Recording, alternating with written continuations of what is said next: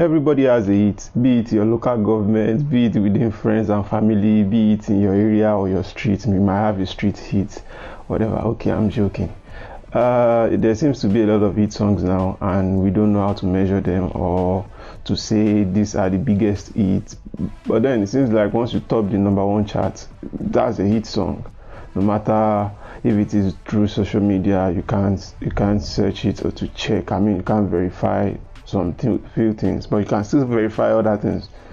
Anyways, it seems like everybody has a hit song now, and we are quick to mention every song as a hit, especially songs that we like.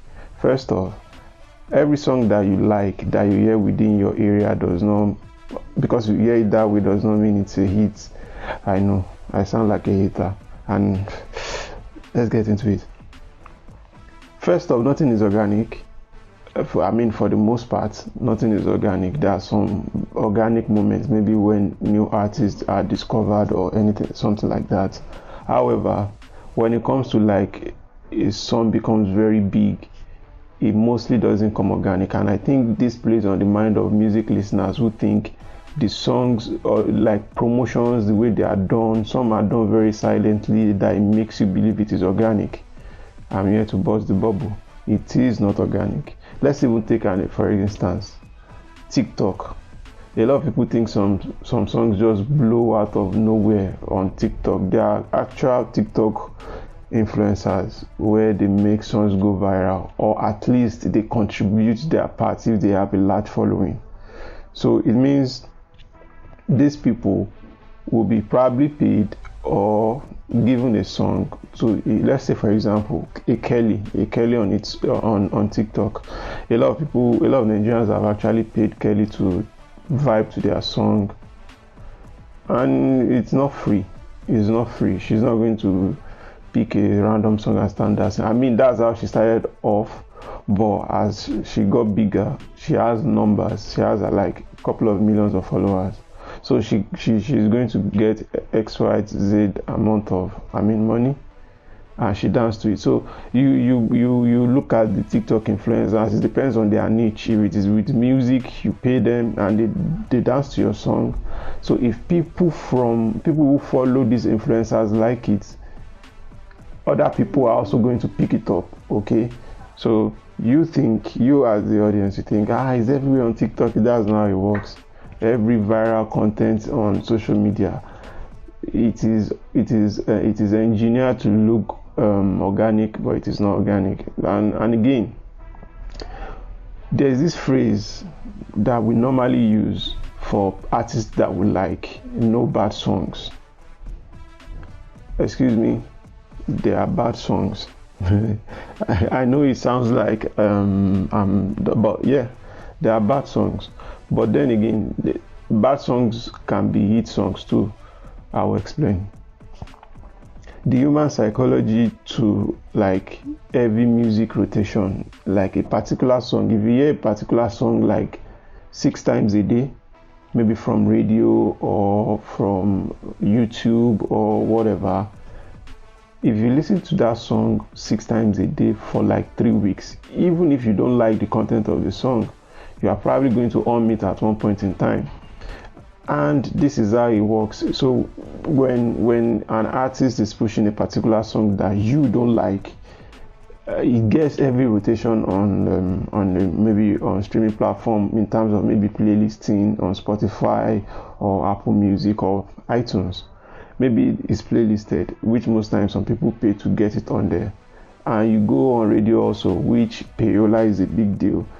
By the way, you can go on your podcast and check LDD Don's Nigerian American podcast. There's an episode there called Payola. I think you should listen to it. It's very informative also. He explains it in a better way than I'm going to do. Obviously, he used to be a music exec. He runs a record label at some point. Okay, back to it. There's a way it works. So the way you think it is, you feel is organic, is actually not organic. So you listen to these songs over and over again. You go to parties, you hear it from DJs. Because you are constantly hearing it, you are going to know the song. You start humming the song, you start singing the song. it doesn't take away from your first impression about the music. So the whole science behind it, it has always worked every time. And this whole No Bad Song was, the name No Bad Song, I think it started, I think, as a form of praise for Kizz on Twitter, I mean, a few years back. And I think he listened too much to the people on Twitter. It engineered him to title his next album No Bad Songs. But then, ladies and gentlemen, the album, I prefer not to speak. So yeah, the whole notion of saying no bad song, no bad song, it's supposed to be called every song can be a good song depending on how the machinery. So I mention machinery a lot, and I don't know if this is the episode to break it down. But I'm going to say this: you have people who are going to promote you. That's if you are signed to a record label, a serious record label. Or sometimes maybe you have the fund, so you are going to have to promote your music, and the way, the channel and the avenue where you promote your music is going to be very, very important. If you have the right people who are going to go through these channels and make sure your music is being played in a lot of places, that's what I mean by machineries. It could be local, it could be international, but the machinery behind songs, especially from big artists under a record label, it plays a lot of parts. There are some artists that you like, maybe you go into their older albums or previous works and you listen to a particular song, I feel like this song is even better than this song that is more popular. That's because most times there's machinery behind it and they engineer a certain movement behind the song. Don't just tell me artists just release song and he did not push it. I mean, go on social media, people say he did not even push it and people just loved it and the music went viral. CKD number one, blah blah blah blah blah. Okay. Odumodu Blvck. I discovered Odumodu Blvck through, I think, the beef with Psycho YP. I think that was my first encounter. They were doing the back and forth thing, and Odumodu seemed like a chilled guy that is always trolling and making some funny lines. And as the time goes on, you know, there's a way social media, when they like you or when you have a cult fan base or cult following, they seem to amp up this movement. So it becomes the movement of Odumodu Blvck. If you don't like him, that means you are shit. Some people have FOMO, which is fear of missing out. They join on the bad wagon. They feel among. There are a lot of people who have low self-esteem issues, and you people just follow everything that people say. You don't have an opinion of your own. And my opinion of his music is that he's just chilled guy singing or saying things. I actually prefer him singing than rapping, because when he raps, it feels like he's talking. It feels like something I can do. But then I did rap and I didn't know Excel, so Odumodu excelled at it. So this is going to sound like I'm eating. Actually, I'm not eating. I just feel the way at which his delivery and everything about it is just, it seems like somehow to me. But it seems like every song that has the proper machinery always works. So this no bad music thing, it's not how do I say it? Don't believe it. There's an engineering behind it, which is once the song is dropped. Do you even think the Declarized song was not systematic? It is, and the moment he dropped the song, I knew he was going to get to number one. I could see that Odumodu Blvck would get the would get the reaction from Declarized himself, and he did.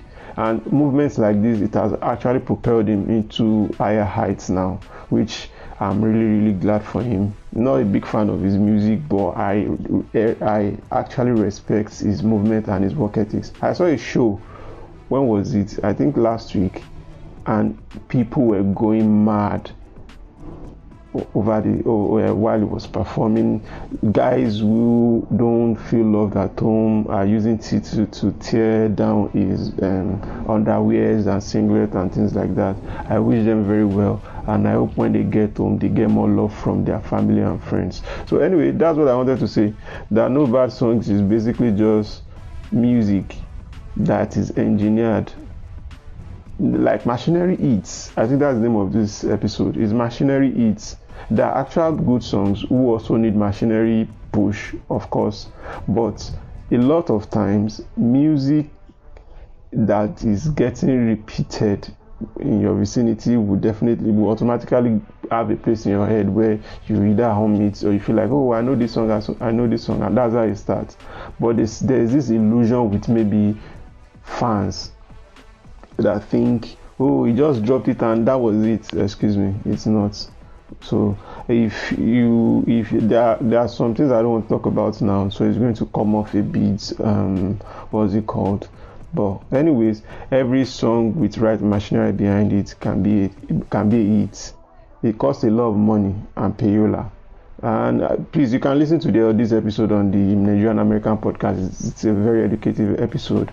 Of course, I was aware of some of the things he was saying. Also, I learned a lot about how music rotation works and how the big record labels make moves within how they interact with AOPs or the people on the streaming platform, on how they do their playlisting, and also the relationship between artists and OAPs too. So all I want to say is machinery hits will forever be here and it always works.